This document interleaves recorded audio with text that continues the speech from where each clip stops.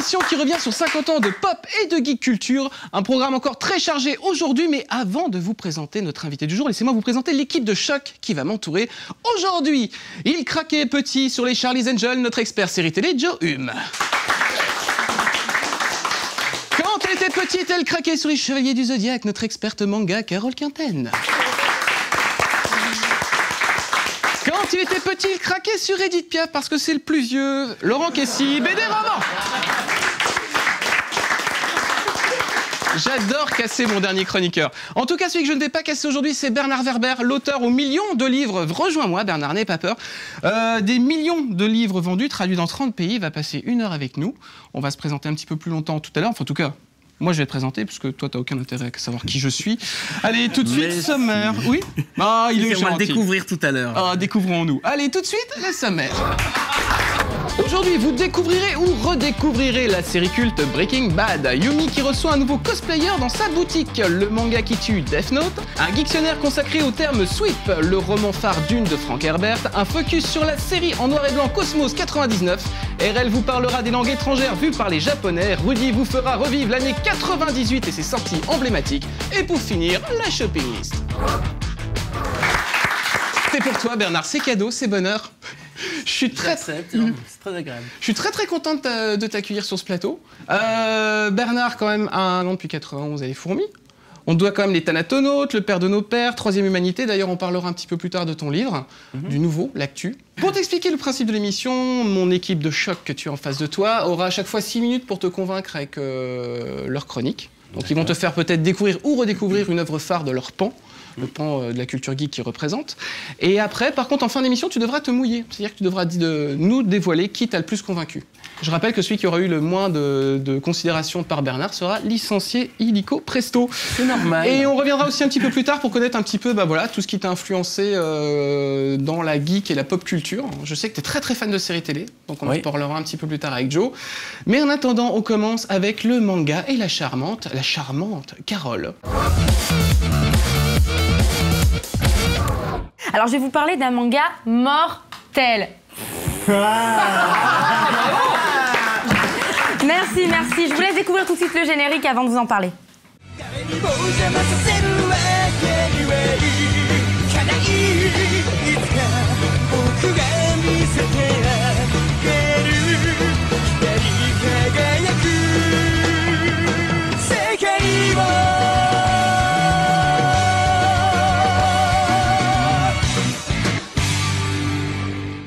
Alors, donc c'est un manga qui a été écrit par Tsugumi Oba et dessiné par Takeshi Obata, donc qui est sorti au Japon en décembre 2003 dans le Weekly Shonen Jump. Ouais. Donc c'est l'histoire d'un dieu de la mort, un Shinigami, qui s'appelle Ryuk et qui s'emmerde royalement dans le royaume des morts et qui donc décide de laisser tomber son Death Note, son cahier de la mort, dans le monde des humains. Alors ce cahier de la mort, il y note bien tous les noms des gens qui vont mourir. Hein. C'est un petit peu lui qui décide quand les gens meurent et qui inscrit les noms. Et là il s'ennuie, il se dit tiens, je vais voir ce que ça donne si je le jette dans le monde des humains. Et Light Yagami, c'est celui qui va trouver donc le Death Note. C'est un étudiant très doué, au-dessus on va dire au-dessus du lot, qui a une très haute opinion de lui-même, assez imbu de sa personne. Et donc, il va ramasser le Death Note et se rendre compte qu'il a donc le pouvoir de tuer des gens en écrivant leur nom dans ce cahier. Et il va commencer à tuer on va dire des truands, des petits truands. Et puis il va se prendre au jeu, malheureusement, et il va commencer à vouloir tuer tous les gens qui vont se mettre en travers de son chemin. Parce que très vite, il va devenir célèbre, il va se faire appeler Kira.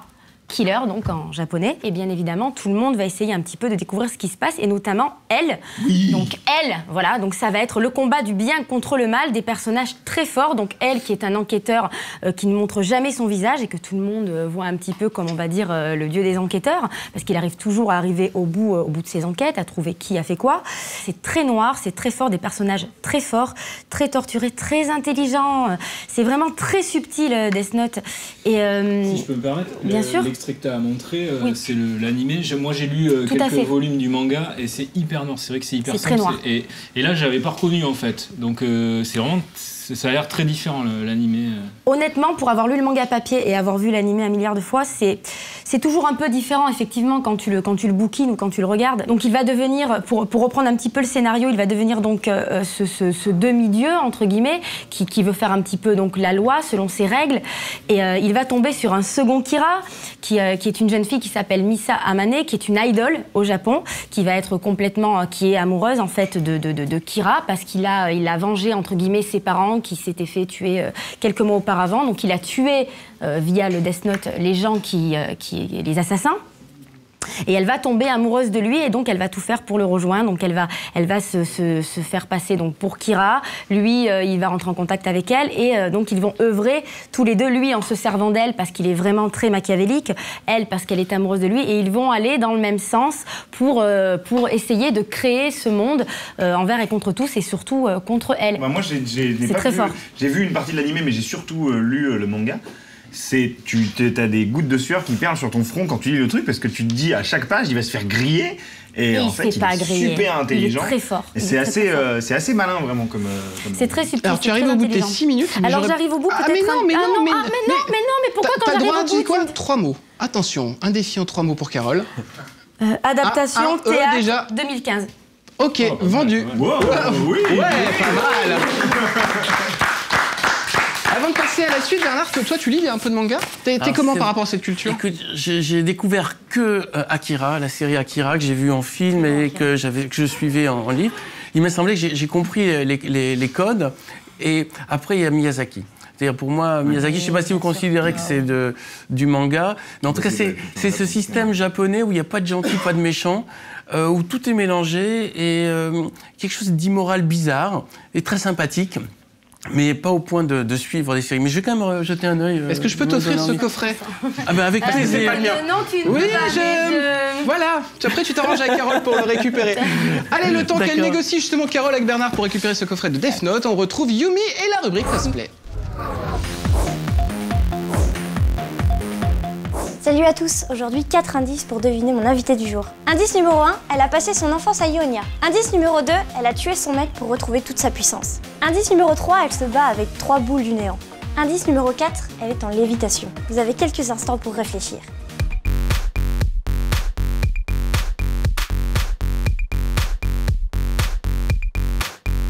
Il est temps pour moi d'accueillir mon invité du jour. Bonjour. Bonjour. Donc pour le moment, comme tu es en civil, comment est-ce que je dois t'appeler? Marine. Qu'est-ce que tu fais dans la vie? Alors je suis étudiante en jeux vidéo, je m'occupe du 2D et du 3D et j'entame ma 2e année. Donc je pense qu'il est maintenant temps de découvrir son identité secrète.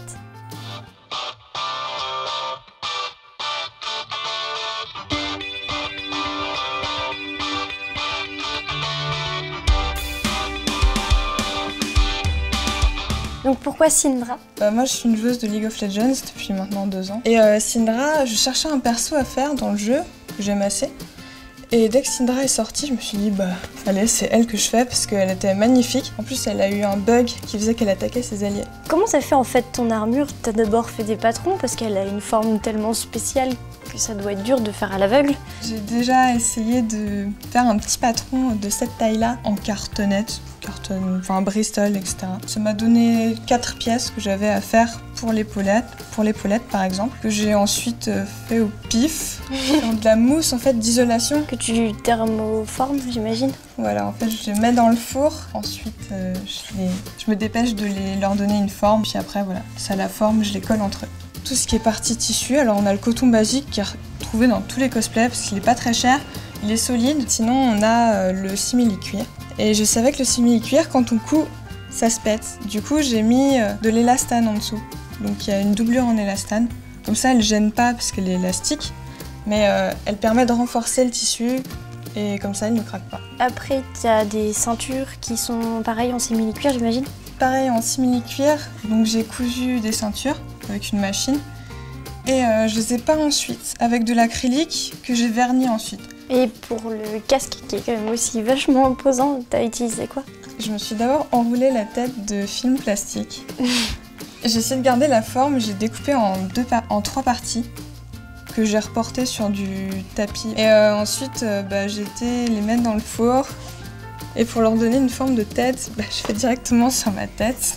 Mais ça a plutôt bien fonctionné parce que ça bouge pas du tout. Les détails? C'est en tapis de sol acheté dans les magasins de sport. Avec un cutter, on prend une règle et on dessine des fines lamelles qui n'ont même pas besoin d'être tordues en fait avec la chaleur.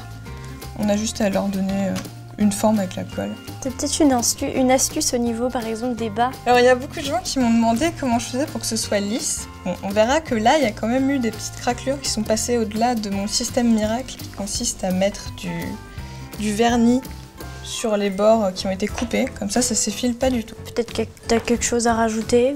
Ah oui, pour la résine. En fait, j'ai réalisé les petits joyaux ici. En fait, c'est de la résine qui s'achète en magasin de loisirs décoratifs.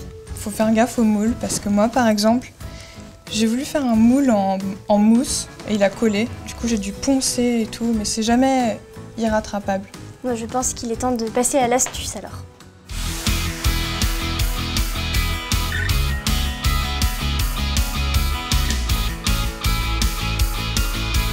Donc alors, qu'est-ce que tu vas nous présenter comme astuce? Alors moi, je veux montrer aux gens qu'il faut bien choisir et bien tester toutes les mousses qu'on trouve pour faire ces parties d'armure, parce qu'elles ont des résultats très différents en fonction les unes des autres, notamment quand on les coupe. Par exemple, ça c'est le tapis vraiment moche qu'on trouve dans les grandes surfaces. Si on le coupe, on verra que ça fait pas grand chose. Après ça, c'est le plastazote. Il est plus cher, il est trouvé sur des sites spécialisés sur internet. Et celui-là, si on le coupe, ça fait des démarcations nettes et lisses. Ça coupe à peu près aussi bien que de la craie à mousse. Je sais qu'il y en a beaucoup qui vantent ce petit matériel de maternelle. Et en dernier, on a d'autres styles de tapis de grande surface, de magasins de sport, qui se découpent très mal comme ça avec un cutter. Mais par contre, avec des ciseaux, ça permet de faire des jolis ornements vraiment sculptés. En fait, on sculpte dans la mousse. Donc en fait, en fonction des armures, on choisit la mousse qui nous correspond le mieux. Ouais, faut vraiment tout essayer et voir ce qui nous convient le mieux. Sindra, c'est 2 semaines de travail, 2 mètres de mousse, 1 mètre de simili-cuir et 2 mètres de coton épais. Coupé! Et on l'enchaîne, et Dieu sait que je l'ai enchaîné. Sébastien Hacheray avec le Geektionnaire pour un terme cette fois-ci dédié au monde des séries télé.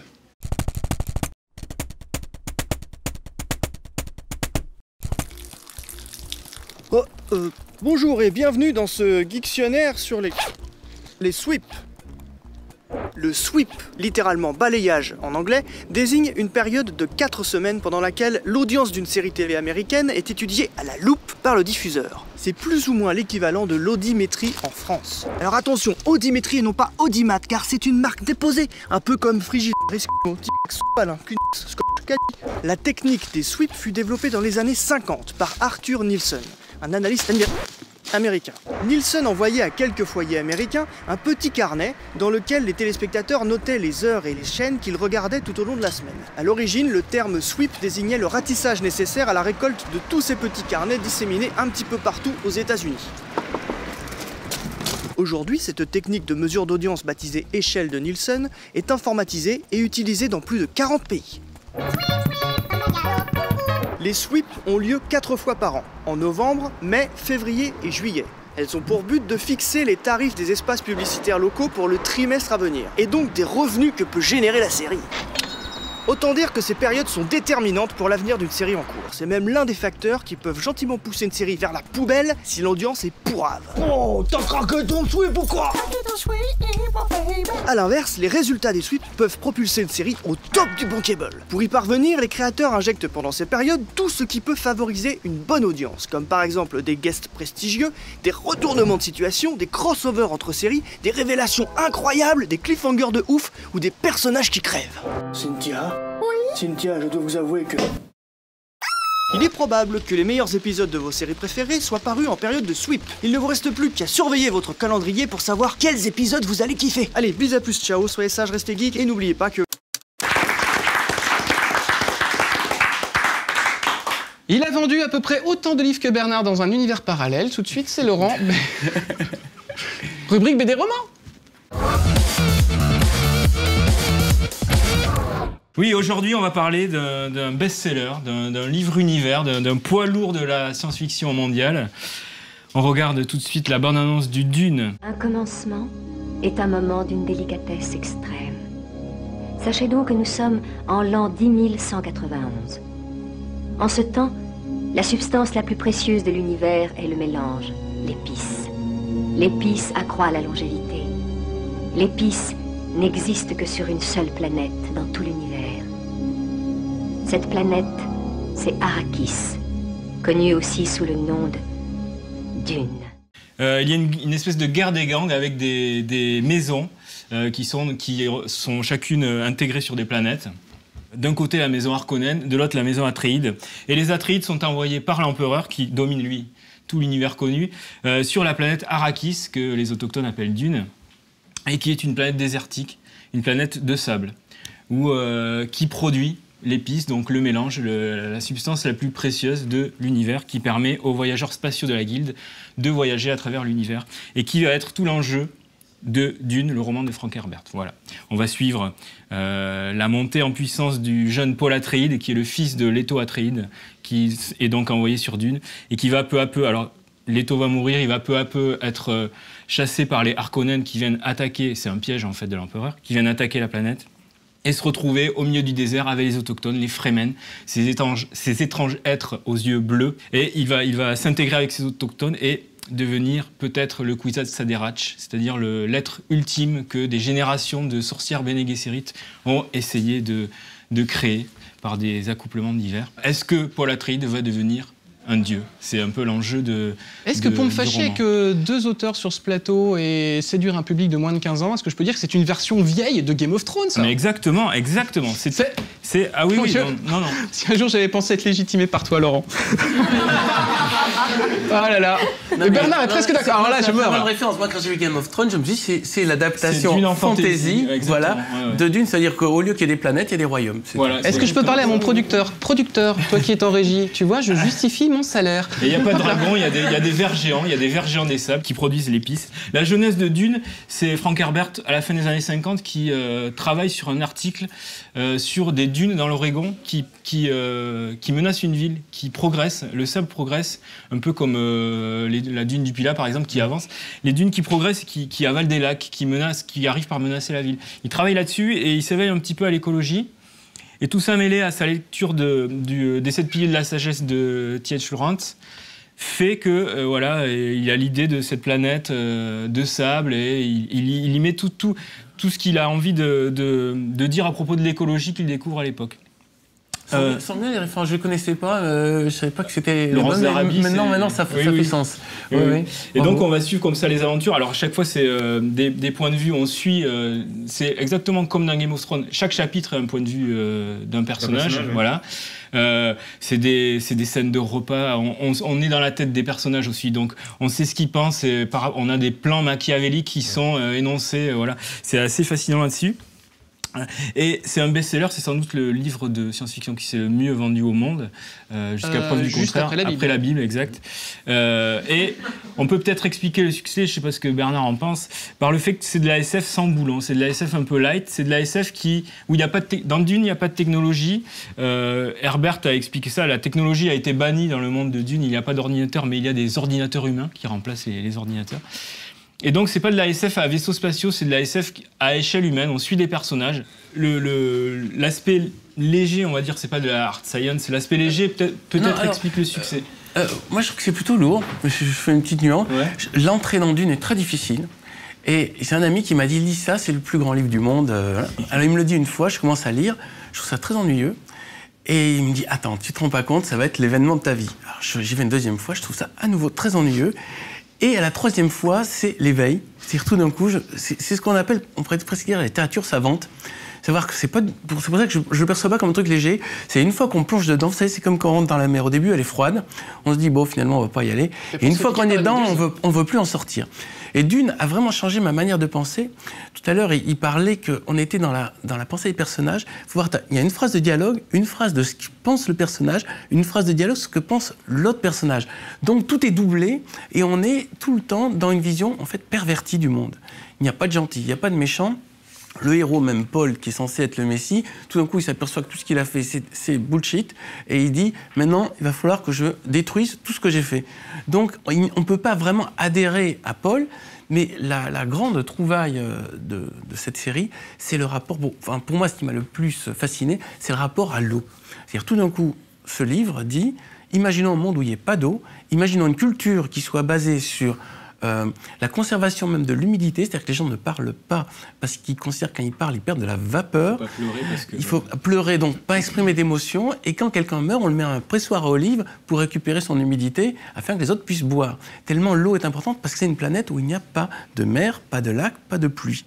Et cette vision, je ne savais pas que c'était inspiré de l'invasion des dunes, mais c'est une vision géniale parce que tout d'un coup, dans la science-fiction, on imagine les extraterrestres, on imagine tas de choses, mais on ne s'est jamais dit et s'il n'y avait plus de mer, s'il n'y avait plus d'eau, comment ferions-nous pour survivre? Et il y a eu même maintenant le fils de Herbert avec Kevin Anderson qui a fait des suites, parce que soi-disant ils ont retrouvé une malle avec des notes, ils ont fait des préquels, ouais, et ils ont fait des suites. Ils auraient soi-disant retrouvé une caisse avec les notes de Frank Herbert pour un 7e volume. Et toi, tu penses un peu que c'est des notes qu'ils ont surtout griffonnées et qu'ils ont foutues dans une malle en faisant voilà. Oh! Je pense que ça ressemble à peu près au titre inédit de Bob Marley, tu vois. C'est à peu près dans le même esprit. Ah voilà, je te confirme puisque c'est moi qui les chante. Ouais. Toi qui fais pas mal de clins d'œil justement dans tes bouquins, tes précédents ouvrages, est-ce que des fois tu fais des clins d'œil justement parce que voilà, j'ai lu Les Fourmis, j'ai lu les Thanatonos, j'ai pas tout lu non plus, j'arrive pas à suivre. Désolé. Mais est-ce que toi tu fais des petites références, tu t'amuses comme ça, peut-être de manière hyper poussée sur des films qui t'ont marqué Alors, j'ai fait une référence à Dune de manière indirecte, c'est qu'à la fin de mes livres, je mets les musiques que j'écoutais, et je me suis gavé de la musique qu'on a entendue tout à l'heure, qui est la musique du film de Lynch, et cette musique, je me la mettais dans le casque. C'est Toto, d'ailleurs. Oui, c'est Toto qui a fait ça, et je trouve que ce qu'a fait Toto fait des blagues, excusez-moi, je fais pas de musique. Excusez-moi, je suis très en forme. C'est critiqué un aussi grand groupe. C'est Toto avec Brian Eno. Et Brian Eno, c'est quand même le monsieur qui a fait The Wall, c'est-à-dire il est derrière tous les grands albums des années 70. Donc c'est quand même quelqu'un qui arrive à donner une dimension, parce que c'est la musique philharmonique très puissante. Et je mettais ça et ça me donnait le souffle des fourmis vient en fait indirectement de la musique du film de Lynch, Dune. Alors peut-être qu'en regardant la chronique qui suit, c'est RL et son petit précis de culture japonaise, peut-être que tu écouteras sa douce voix, ça t'inspirera 2 pages. Allez, tout de suite, RL.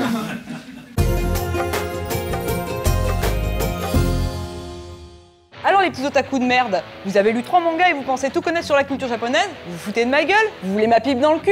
Mais moi je vais vous apprendre la vie, moi, c'est à cause de vous qu'il y a des préjugés à la con comme celui-là. Pas besoin de parler japonais pour aller au Japon, parce que je parle super bien anglais. Casse-toi. Laissez-moi vous expliquer en 3 points et de manière élégante pourquoi cette idée c'est de la merde. Point numéro 1.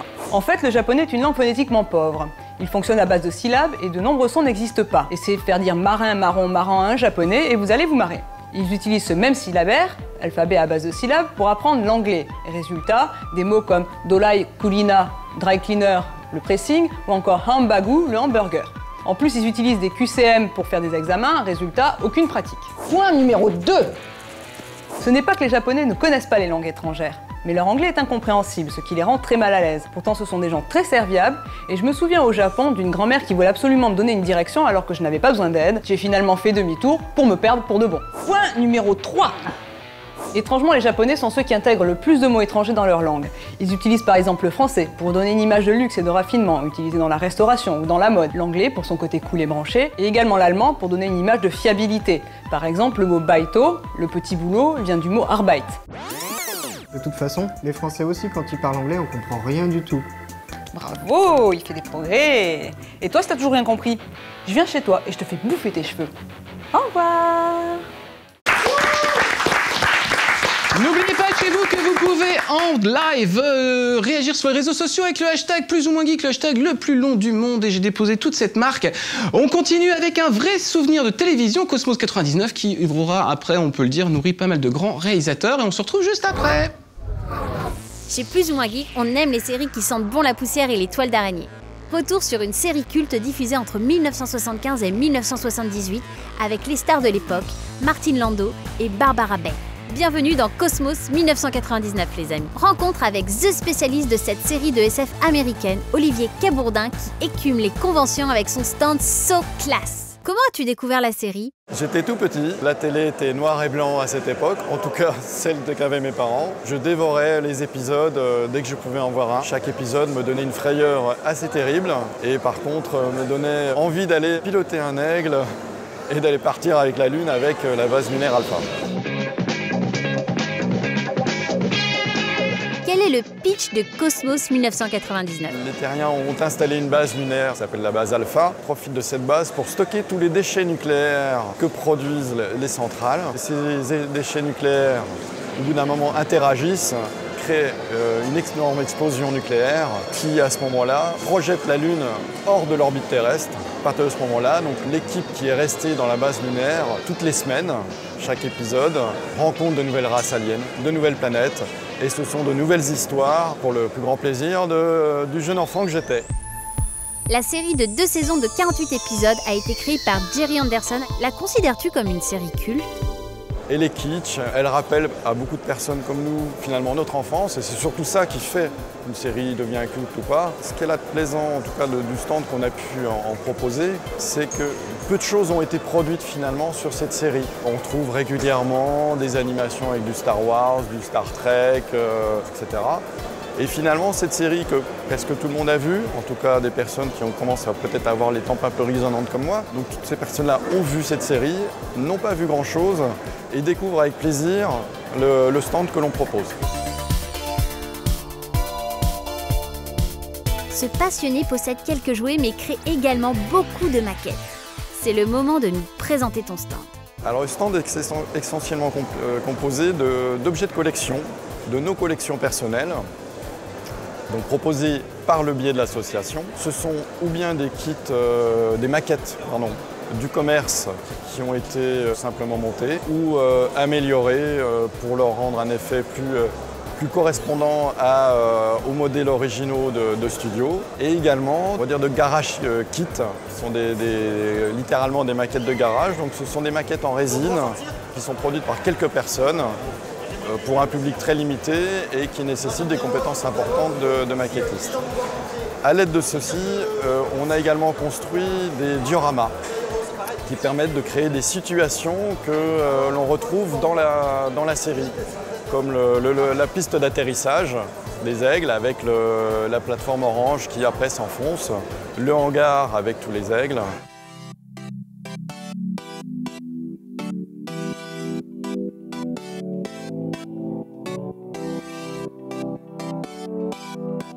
Mais comment fabriques-tu ces maquettes?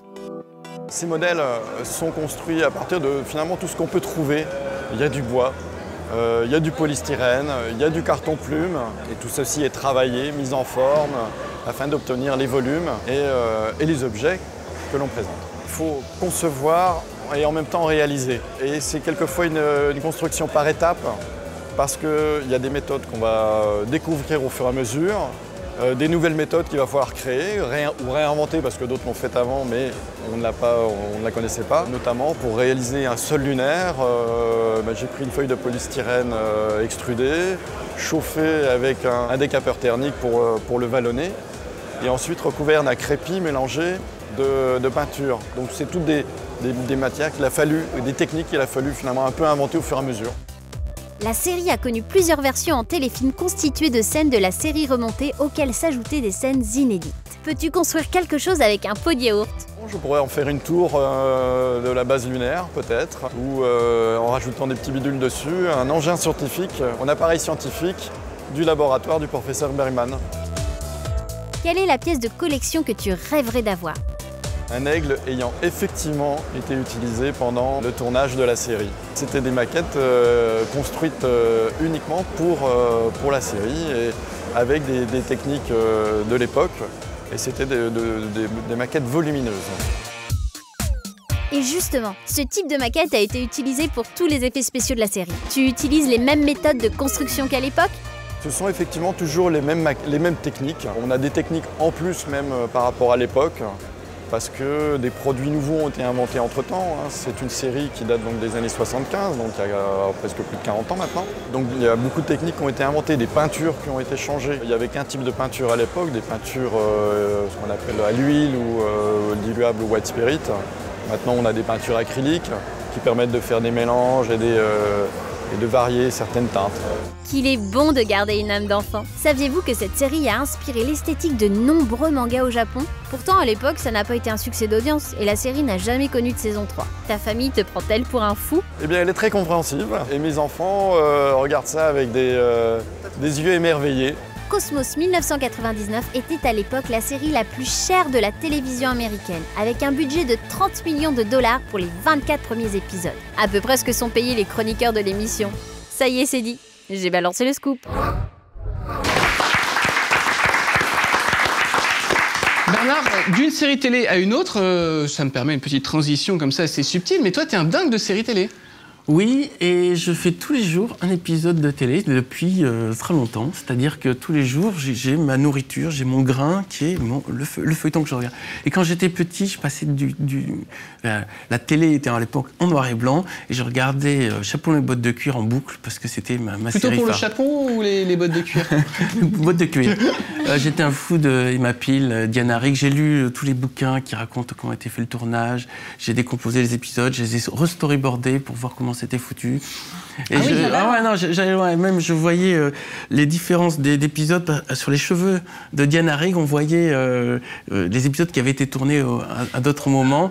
Et puis il y a une sorte d'intelligence et de culot dans cette série que je n'ai jamais retrouvé dans des séries américaines de l'époque. Je considère que le devoir d'un raconteur d'histoire, puisqu'après tout ce qu'on fait, c'est on raconte des histoires, c'est de tenir les gens éveillés en les surprenant.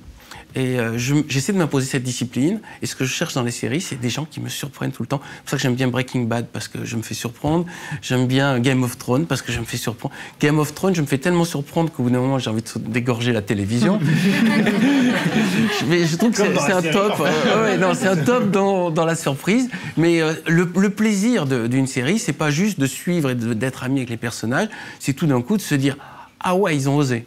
Et j'aime cette sensation. Et quels sont les grands romans de science-fiction, d'anticipation qui t'ont donné envie de passer à l'écriture? Ou alors, si ça se trouve, ça t'a pas du tout donné envie. Il y a d'abord Edgar Allan Poe, parce que je me suis dit finalement une histoire c'est une énigme, et à la fin il faut que je sois meilleur que l'auteur pour trouver la solution. Donc dès que j'ai compris ce truc, en fait j'écrivais les histoires, des nouvelles comme des blagues ou des énigmes ou des tours de magie. Et je m'intéressais à cette mécanique. Après, Jules Verne, parce que tout d'un coup, c'est l'ouverture, la merveille de la science. Et puis, Asimov, Fondation, Herbert, Dune, en numéro 2. Et pour moi, le top du top, c'est Philippe K. Dick, avec l'ensemble de son œuvre. Parce que Philippe K. Dick était fou. Ou c'est un homme venant de l'an 3000 qui est descendu parmi nous. Et cette pensée, alors là, lui, c'est pas qu'il me surprend, c'est que je prends ça comme pratiquement une drogue. C'est-à-dire, je lis le livre, je suis en état de transe.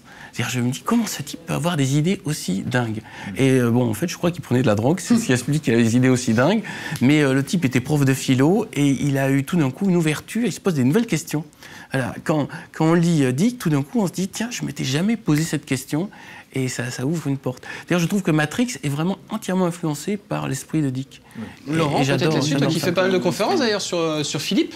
Oui, j'ai beaucoup bossé sur Dick. Il n'était pas prof de philo. Il s'y connaissait, mais il n'était pas prof de philo. Il prenait pas de drogue non plus. Il prenait beaucoup de speed pour bosser. Mais il prenait des amphètes. Il a testé le LSD. Alors pour Laurent, ce n'est pas de la drogue. C'est juste une consommation normale d'un produit régulier. Pour moi, l'explication que c'est un drogué, c'est trop facile. Il a fait une cure de désintoxication. Oui, parce qu'il prenait beaucoup de speed pour écrire beaucoup, pour payer les factures. Mais il prenait pas des drogues qui modifient vraiment la conscience. Il a pris une fois du LSD, ça lui a pas plu. On peut pas dire que c'était un aventurier Ah non, c'était pas un aventurier. Des paysages mystiques. Mais il y a certains livres où on voit vraiment une pensée qui est sous influence de produits et qui va dans des directions complètement inattendues. Alors, ce qui est assez marrant aussi, c'est que toi, tu as une formation de scénariste. En fait, j'ai toujours écrit, je me suis fixé une discipline, tous les jours une histoire. C'est-à-dire, tous les jours, j'écris une nouvelle. Et ça, je crois que l'imaginaire, c'est un muscle qui s'entretient, et plus on l'utilise, plus c'est facile d'écrire. Et j'essaie de me tenir au courant de tous les trucs qui sortent. Donc j'ai des copains aux États-Unis qui me disent « Ah tiens, il y a une nouvelle série qui sort ». Donc en général, je vois les séries avant qu'elles arrivent en France. Mais par contre, une diffusion en France qui est prévue tout de suite, l'année geek de Rudy.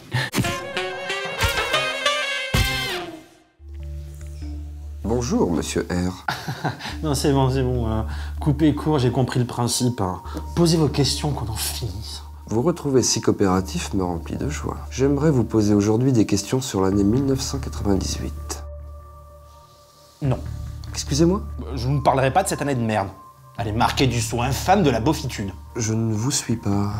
1998 ? La seule année où on a été foutu de gagner un mondial de football. Tous les bofs de l'Hexagone ont fêté ça pendant des semaines. Des mois! Et plus de 10 ans après, ils nous rabattent encore les oreilles avec à la moindre occasion. Alors que pendant que Zizou et ses potes y jouaient à la baballe, il s'en est passé des trucs dans le monde. Microsoft est devenue la plus grosse entreprise mondiale. Apple a sorti son iMac et, oui, un petit nouveau est apparu dans la famille des moteurs de recherche. En personne, hein, Google. Vous vous enflammez là. Mais ça a eu des répercussions catastrophiques. Au cinéma, on a eu droit à un véritable tsunami de bouse, parfaitement adapté au QI moyen d'un stade de foot. Armageddon, Deep Impact, Titanic, Godzilla et Dr. Dolittle. Calmez-vous, je vous prie. Vous comprenez pas, hein? 98 a été une année de souffrance énorme pour la communauté geek. Il y a tout de même dû y avoir des choses plus sympathiques. Ouais, si vous voulez. Une fois n'est pas coutume, c'est du côté de la télé qu'il a fallu aller s'oxygéner les neurones. Avec l'apparition de Stargate SG1 sur Série Club et de South Park sur Canal+. Ah, vous voyez. Oh, et puis surtout, il y a eu la révélation sur M6, la première diffusion d'une série américaine créée par Joss Whedon. Buffy contre les vampires. C'est parfait. Maintenant, revenons à... 144 épisodes, 7 saisons, Sarah Michelle Gellar. Buffy, c'est l'histoire d'une tueuse de vampires issue d'une grande lignée d'élus. Elle est lycéenne et elle tue des vampires. Très drôle, mais... Le pitch a l'air con-con comme ça, mais c'est un super prétexte à enchaîner des scènes mélangeant action, humour et drame. Les références et les punchlines, elles y sont légion. Est-ce qu'on pourrait... Et alors, quand on sait que son créateur est avant tout scénariste pour l'univers des comics, eh ben on s'étonne pas que Marvel, quelques années plus tard, lui confie la réalisation des Avengers. Non mais, faudrait savoir, hein, vous voulez que je parle ou pas?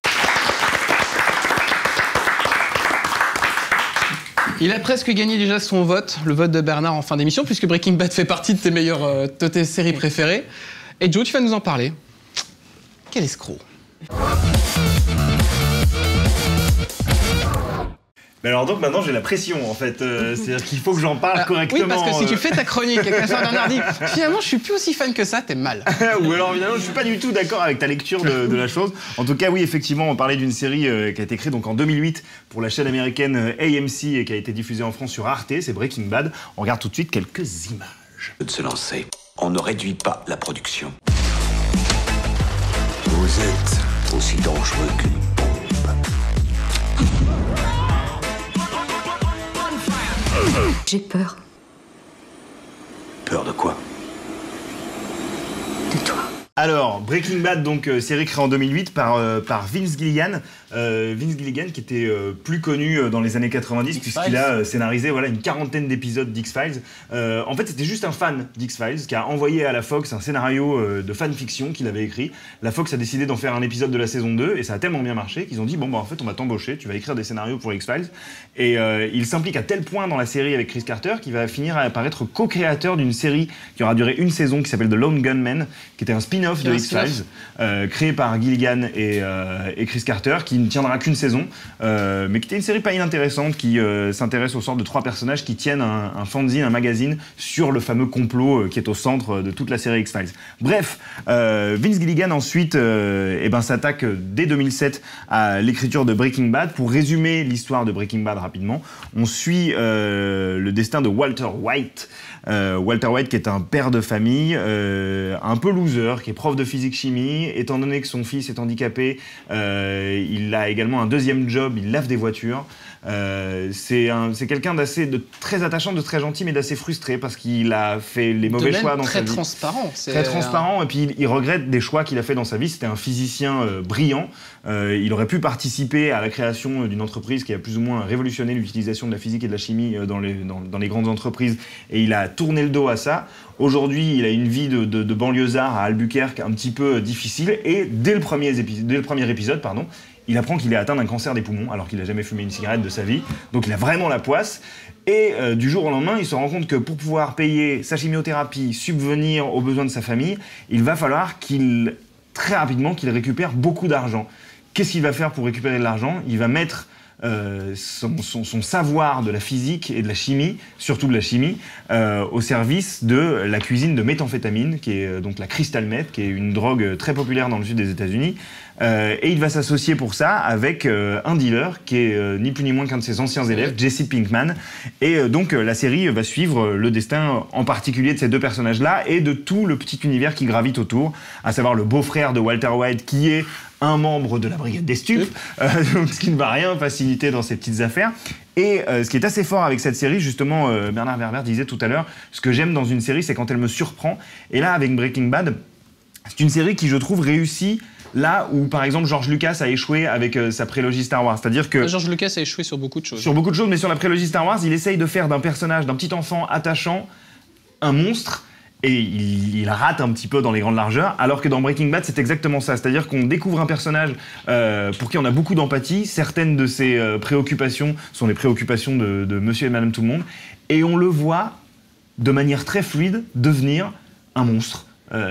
Et d'y prendre plaisir. C'est-à-dire qu'à travers l'annonce de sa mort, eh bien, lui vit une sorte de renaissance, mais une renaissance négative, puisqu'il va se découvrir un talent à la manipulation, au mensonge, qui va commencer à s'épanouir dans cet univers du crime organisé. Bryan Cranston, donc, qui joue le rôle de Walter White, est fabuleux. Qui est même assez déstabilisant. Moi, je sais, quand j'ai vu le pilote, d'ailleurs, il a la coupe du père de Malcolm en tête. C'est hyper dur. Et au bout du deuxième, c'est quasiment gommé, déjà, parce qu'après, il a le crâne rasé, mais c'est assez bluffant, cette transformation. Mais c'est comme ça que Gilligan lui a présenté la série. Il lui a dit, voilà, ton personnage va commencer, ce sera un bisounours, et entre la saison 1 et la fin, j'ai envie qu'il devienne Scarface. Et c'est exactement ça. 80% de la série tient à cet acteur. C'est-à-dire que le principe même, on aurait mis un autre acteur, ça marchait pas du tout. Et ça tient à un autre élément, c'est qu'ils ont choisi un code visuel qui est celui de Sergio Leone, donc des grands films western spaghetti. Donc on a cet univers de pampa et d'univers mexicain, de frontières avec des lumières très très chaudes, qui donnent à cette situation un côté beaucoup plus bizarre. Ça serait tourné à Chicago, ça fonctionnerait pas du tout. Là, il y a une atmosphère vraiment moite. Latino. On sent que c'est très latino, mais pas vraiment comme Dexter, où il y a également une ambiance un peu... Mais c'est un peu samba. Là, c'est vraiment la chaleur écrasante du désert du Nouveau-Mexique. Et donc, Bryan Cranston, effectivement, participe en grande partie au succès de la série, également parce qu'il forme un binôme assez exceptionnel avec Jesse Pinkman, qui, lui, vit le trajet inverse du personnage de Walter White. C'est-à-dire que lui, on le découvre au début de la série, c'est une petite frappe, c'est un dealer.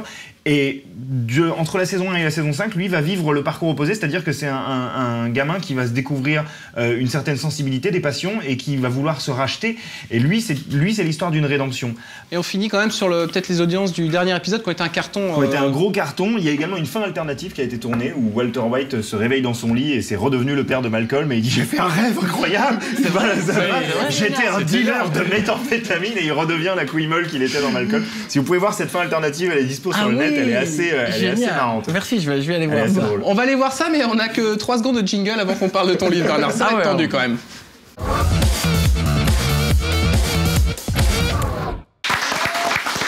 Je ne peux pas applaudir puisque je tiens un livre. Tu peux taper sur le bouquin. Ouais, non, quand même, ça se fait pas. Bernard, 3e Humanité, tome 2. Oui. Que tu viens nous présenter, les micro-humains, donc suite des aventures de ces personnages qui font 17 cm. J'ai commencé par faire... Gaïa vous raconte comment... son point de vue, le point de vue de la Terre. Et après, j'ai inventé 2 héros qui sont David et Aurore, qui vont d'abord se poser une question, où va notre espèce? Comment va-t-on évoluer, nous tous, humains? Ils sont aperçus que l'évolution de toutes les espèces allait vers 3 voies, plus féminin, plus petit, plus solidaire. Donc ils vont inventer des nouveaux humains, plus petits, plus féminins, plus solidaires. Et en fait, le héros qui s'appelle David Wells est le petit descendant d'Edmond Wells. Et s'il pense à plus petit, plus féminin, plus solidaire, c'est parce qu'il a l'exemple des fourmis, au hasard. Et l'idée, c'est, il y a une espèce qui a vécu 120 millions d'années, qui sont les fourmis. Nous sommes sur Terre depuis 7 millions d'années. Nous allons peut-être emprunter le même chemin qu'elles, à savoir réduire de taille, devenir moins destructeur de la planète et trouver une nouvelle manière d'être solidaire, mais en même temps aussi aller vers la féminisation, qui est la voie d'évolution des espèces pour survivre quand il y a des problèmes écologiques. Nous sommes un animal, parmi d'autres animaux, et nous avons des choix. En fait, tous nos ancêtres ont subi l'évolution. Nous sommes les premiers qui avons la possibilité de choisir. Est-ce qu'on va aller vers les robots? Est-ce qu'on va aller vers l'espace? Est-ce qu'on va aller vers la biologie? Est-ce qu'on va aller vers tout ce qui est Internet, sous l'eau? Il y a plein de chemins. Et nous avons les infos et nous avons la technologie. Et mes héros, ils vont comprendre ça et ils vont dire, maintenant, nous, on propose ce choix, Mais à côté, alors j'allais dire c'est un peu comme dans Game of Thrones et dans Dune, il y a les autres voies de futur qui se développent. C'est-à-dire pendant que eux ils développent les petits humains qui sont les micro-humains, il y a d'autres qui vont développer les robots, il y a d'autres qui vont développer la conquête de l'espace, il y a d'autres qui vont développer la religion. Et d'ailleurs, tu mets même en place un jeu. Voilà. Et finalement, il y a un personnage qui dit mais en fait, l'évolution de notre monde, enfin, c'est un jeu d'échecs à 7 joueurs. Et ce jeu d'échecs à 7 joueurs, on n'a qu'à mettre... Donc les blancs, c'est le capitalisme, les verts, c'est la religion, les bleus, c'est les robots, les rouges, c'est la féminisation, les noirs, c'est la conquête de l'espace, et les mauves, c'est ceux qui veulent qu'on devienne de plus en plus petits, les émaches. Et donc, il suffit que vous allumiez la télévision, vous allez voir les progrès des robots, vous allez voir les progrès de la religion, vous allez voir les progrès du capitalisme, et on n'est pas dans l'heroic fantasy, on est dans du réel. Donc, Dune, c'est les planètes, Game of Thrones, c'est les royaumes, et moi, c'est le réel. Comme beaucoup de tes romans, ça me paraît assez compliqué à adapter au cinéma. Alors, on est en France, et même si ici, c'est un petit village qui résiste à la pression globale, il n'y a pas de culture du cinéma de science-fiction, ni de réelle culture du fantastique. On a des super bons techniciens qui d'ailleurs partent aux États-Unis. J'ai fait un court-métrage bourré d'effets spéciaux. Quand je le montrais, les gens me disaient « Ah, mais c'est un truc américain !» Donc, c'est-à-dire qu'ici, des moments... La Reine de Nacre, je précise. La Reine de Nacre, voilà, avec Sébastien Drouin, qui a fait les effets spéciaux d'Alexandre Legrand, qui fait les effets spéciaux de tous les Américains. C'est-à-dire, les Américains ils viennent nous prendre ici, les gens qui font des grandes images, mais ici, on ne sait pas les utiliser parce qu'on est dans les drames, dans le 16e arrondissement, avec un couple qui commet un adultère. Donc, cette culture-là, ce système-là, étant le système majoritaire, il n'y a plus de place, il n'y a pas de possibilité pour créer du cinéma avec un visuel fort et du cinéma fantastique, du cinéma science-fiction. Et les quelques tentatives qui ont été testées et ont donné de mauvais résultats, ils ont dit « Ah ben, vous voyez, on n'y arrive pas ». Et c'est pour ça que normalement, il devrait y avoir un contre-pouvoir, il devrait y avoir des jeunes qui disent « Attendez les gars, nous, ce qui nous intéresse, c'est le futur, on va pas tout le temps rabâcher le passé ». Mais ça n'existe pas chez nous. Mais en tout cas, tout de suite, on retrouve la shopping list. Et d'ailleurs, je m'en veux, je me mets une petite baffe parce que je n'ai pas parlé de nos amis éthériens.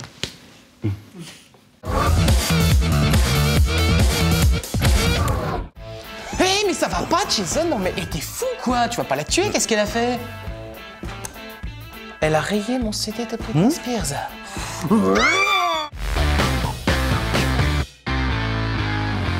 Un petit cadeau qui fait toujours plaisir, c'est un petit manga Dragon Ball Z, disponible chez Glénat. Alors vous avez Dragon Ball Z et vous avez même maintenant aussi les films tirés de Dragon Ball. Oh là là, comme c'est beau. Mais c'est surtout l'occasion pour moi de faire mon premier Kamehameha en face de vous. Kamehameha. Oui, parce que je le fais à la bouche.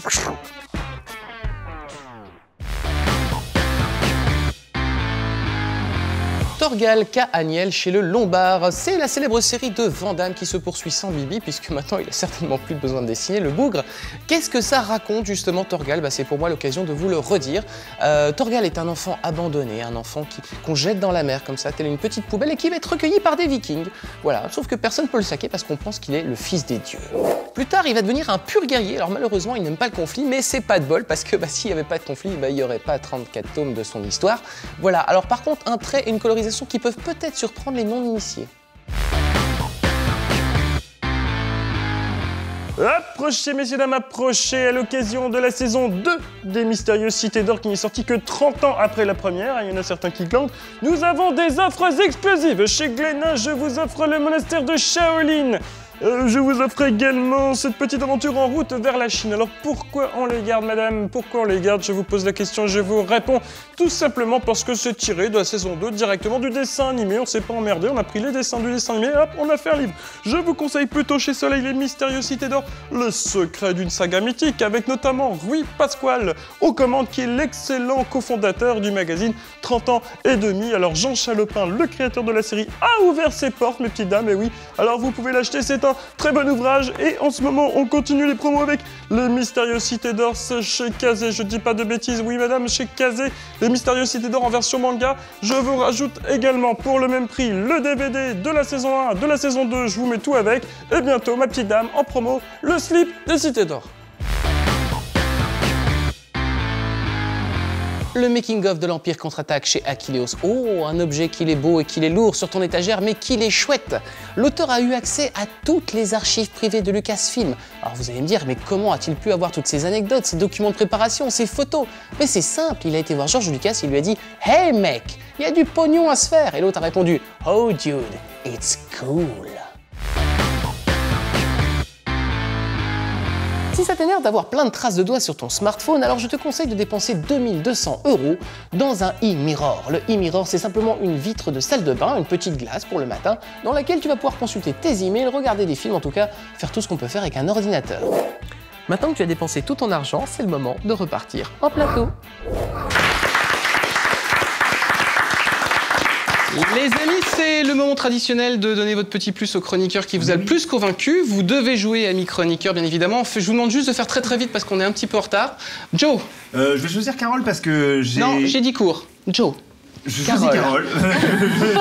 En 2 lettres. J'ai lu le manga, j'ai pas vu l'animé et ça m'a donné envie de me plonger dedans un peu. Carole. Je choisis toi. T'as très bien parlé de vendu Breaking Bad, donc... Laurent. J'ai vu tout Breaking Bad, d'ailleurs je peux raconter la fin au réalisateur qui la connaît pas. Si... Non, et j'ai lu le début du manga et j'ai pas pu continuer, donc je vais regarder l'animé. Bernard, et attention, pas de fausses réponses, c'est important. Non, mais moi je suis intéressé de voir les DVD, donc Carole aussi. Merci beaucoup. Carole est la grande gagnante de cette édition de Plus ou moins Geek. Bernard, un grand merci d'avoir partagé cette culture de psychopathe et de malade mental. Ouais Bernard Geek plus là. Bernard Geek plus. Je suis content d'avoir découvert votre petit village, votre petit décor, cette petite communauté. Enfin, la guerre va pouvoir commencer à partir d'un point, ici et maintenant. Et voilà, dès que vous arrêterez de faire la guerre, parce que la guerre, c'est pas bien, Bernard Werber, les micro-humains, tome 2 de la 3e humanité. N'oubliez pas, vous pouvez poursuivre l'aventure sur les réseaux sociaux. Et aussi, n'oubliez pas qu'un bon geek sera toujours, à nos yeux, un geek curieux. Allez, bye bye.